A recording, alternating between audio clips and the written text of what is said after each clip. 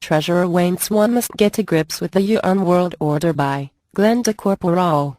Next week's visit by Yuan to Hong Kong and mainland China will provide a welcome focus on the potential not only for trade but the potential from China's policy of liberalizing the market for its currency. If the great economic story of the past 20 years has been the rise of China as a trading partner for the world, the next 20 years might well be about its impact on the world financial system. While Australia has been proactive in expanding its trade with China, our largest trading partner, it has been slower in spotting the potential from Beijing's plans to open up the market for its currency, the yuan. When Australia signed a bilateral currency swap agreement with China in March for about $30 billion, $29 billion, it was the 16th country to do so. China pegged its currency against the United States dollar in 1997, the same year it resumed control of Hong Kong from the British, and it announced in 2005 that it would manage its currency against a basket of currencies, a move which has seen a gradual appreciation of the yuan. China quietly began using its special administrative region of Hong Kong as the base for the internationalization of its currency about a decade ago and has continued with its moves to expand yuan trading through bilateral agreements. Belarus did a small swap deal with China in March 2009. Indonesia did a $15 billion deal at the same time. Singapore did a $22 billion deal in July 2010 and New Zealand followed in April last year with a deal for $3.8 billion. Others to have signed up are Argentina, Iceland, Uzbekistan, Kazakhstan, South Korea, Thailand, Pakistan and this year's signatories the United Arab Emirates, Malaysia, Turkey and Mongolia.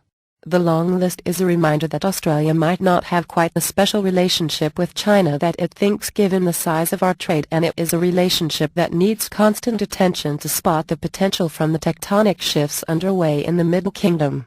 Singapore and London have been pushing for some time to become offshore dealing centers for the yuan as it liberalizes. Japan signed a deal with China last December to pave the way for direct trading between the Japanese yen and the Chinese yuan, which came into effect on June 1. Between former Prime Minister Kevin Rudd's complex and less than uncomfortable relationship with Beijing and Julie Gillard's Obama hugging, Australia has lost some momentum in its ties with China. It has been a private sector led by companies such as ANZ, HSBC, Rio Tinto and Andrew Twiggy, Forest Fortescue Metals Group that has continued to beat the drum about ties with China and now the new potential of doing business in yuan. The Reserve Bank has stepped up its own observation of developments in China and two members of its international division, Lynn Cockerell and Michael Shurey, have published a detailed summary of the progress in the internationalization of the yuan in its June quarter bulletin. They say it is now possible for any trade transaction with China to be in yuan. In the past year, they say, the equivalent of $360 billion or about 10% of China's world trade, was settled in yuan. They say part of the deal struck between Beijing and Tokyo was an agreement by Japan to buy $10 billion worth of Chinese government bonds. If Australia looks to lobby for some convertibility between the Australian dollar and the yuan, this might provide an indication of the quid pro quo involved.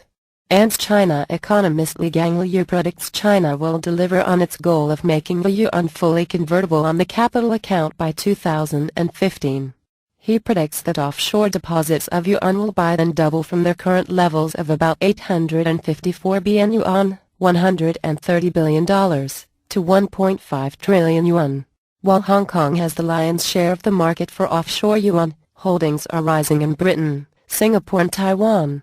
It is still a way away, but the yuan is on course to rival the euro and the United States dollar as the third major world trading currency.